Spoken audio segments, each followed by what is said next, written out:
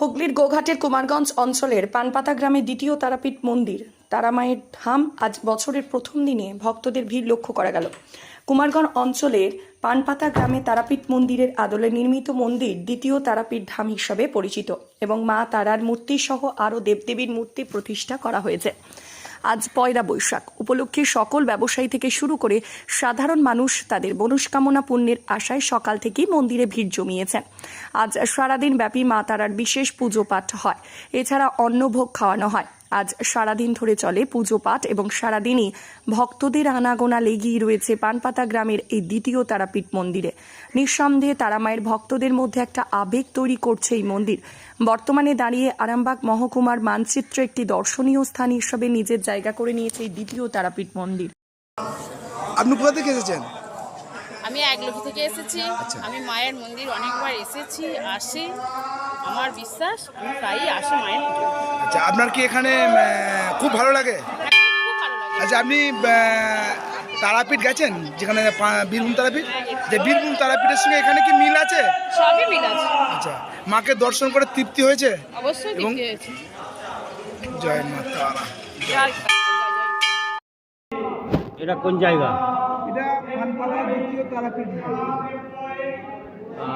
আপনি কোথেকে এসেছেন? আমি শিয়ারা বাজার এলাকা থেকে, এখান থেকে 30 কিলোমিটার দূর শিয়ারা বাজারে। শিয়ারা বাজারে আমার ব্যবসা, তোরকোনায় আমার শিয়ারা বাজার। আপনি রোজ কি এই মন্দিরে আসেন?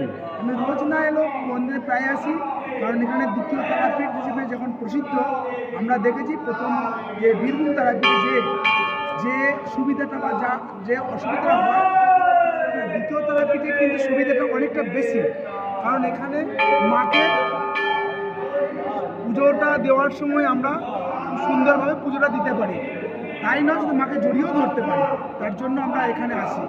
আপনি কি সন্ধ্যা আরতি এসে দেখলেন আজকে এই মন্দিরে? আজকে আমি মায়ের সন্ধ্যা আরতি সুন্দর করে উপভোগ করলাম এবং দেখলাম এখানে যে দ্বিতীয় তারাপীঠ ধামের যিনি মহাসাধক, সেই সাধকের তিনি নিজে আর সন্ধ্যা আরতি করলেন এবং সেই সন্ধ্যা আরতি দেখে আমি প্রসন্ন, যেন মা সত্যি সত্যি তাদের আরতির সঙ্গে সঙ্গে তিনি নাচছেন।